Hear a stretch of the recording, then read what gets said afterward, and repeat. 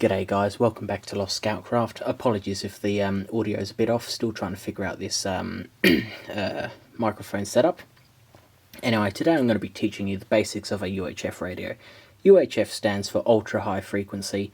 It's very similar to VHF, but VHF is more designated radios and you have to have a license to operate one. Anyway, so a UHF radio is sometimes referred to as a CB radio or two-way radio. The CB radios means citizen band, so citizens can use them. The maximum amount of wattage a radio can have in Australia is 5 watts. The amount of power the radio puts out is measured in watts, so you can have 1, 2, 3, 4, 5 watt radios. When you're going to go buy a radio, no matter what any sales clerk would say to you, I would seriously recommend getting a 5 watt radio, unless you are just buying ones to play with around your yard or your neighbourhood. Then it's fine to grab one of these little fellas. But if you're doing four-wheel driving, hiking, camping, don't let anyone tell you, nah, that's too much wattage. Get 5 watts. Just get it. You'll never have any problems if you get a 5 watt radio. And if you buy a good one, you can sort of change the amount of power that you put out with it, so you can have low power or high power. So yeah. Anyway, onto the basics of the radio. So I would suggest getting one that has an easy access face, so it has buttons on it, rather than just 2 little buttons for up and down on the side. So we'll get rid of this because most radios won't come with that. But yeah, the basics. So with this radio, you have to twist this small knob, which is also the volume knob. So turn that on. You'll hear a beep and it'll light up.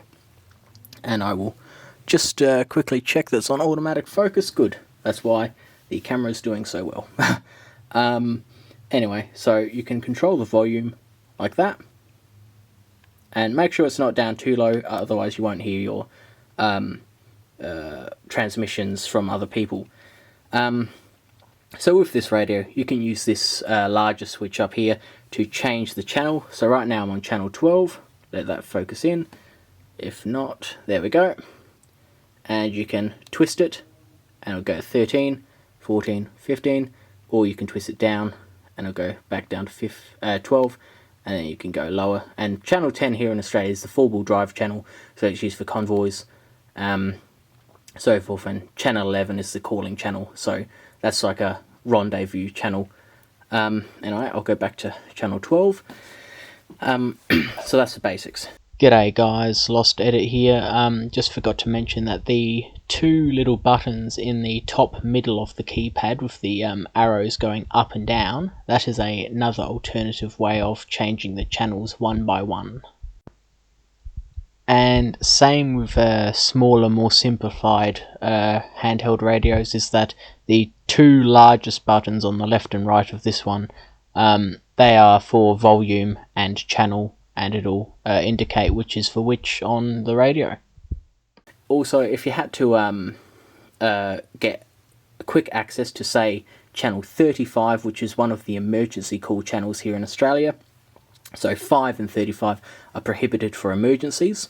So say I have an emergency and I have to go to channel 35, I can go 3, 5, and I am now on the emergency channel here in Australia. But I'll go back to channel 12.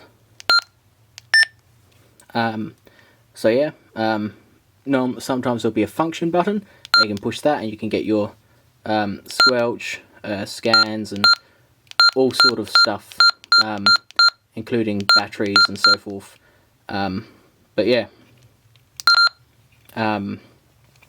this is the PTT button, the largest button on it. That stands for press to talk or press to transmit. So you press it, wait about 1 or 2 seconds, then start speaking, and that will allow the radio waves to reach other devices. Here on the side we have a button of which you can press once, and of course all radios are different, but with this one you press it once and there'll be a little L that shows up on the top there. I'll push it again. Scorn. It's there. So that is the low frequency. So that'll put out a lot less radio waves or signal and less power. So you can sort of have the same amount as one of these radios, but have your big radio, and then when you turn it off, you have your full 5 watts. You can reach to other people.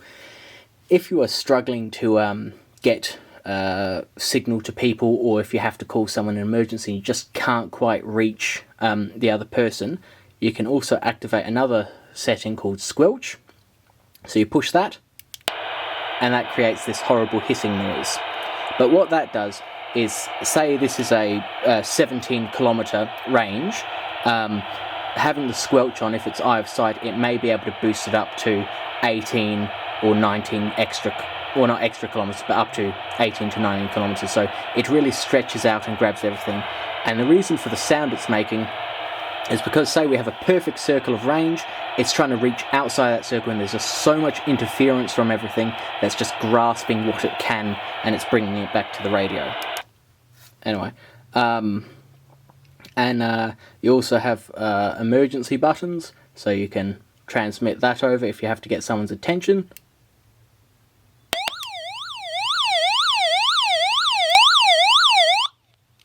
And then to deactivate those, you have to turn it off and turn it back on again. That's probably the most basic of everything. Like I said, most channels are fine. Here in Australia, I would recommend, if it's above 40, and that's not including 40, if it's between 41 and 49, it's safe to use for citizen use. Because normally between 1 and 5, I don't know why, they recommend that you don't use that, because I think it's reserved for events. Channel 5 is emergency. Channel 35 is obviously emergency as well. Channel 10 is for four-wheel drive convoys. 11 is the calling channel, rendezvous channel. Channel 40 is the truckers channel or highway safety channel. And there's a couple more channels, I think, in the 70s that are prohibited for emergency government use. Yep, so just hold that down and transmit. And yeah, so if you've got any questions, please leave a comment, and I'll be happy to make another video if I've left anything out. But for the most part, that's how you use a UHF radio. Yeah, so good luck radioing.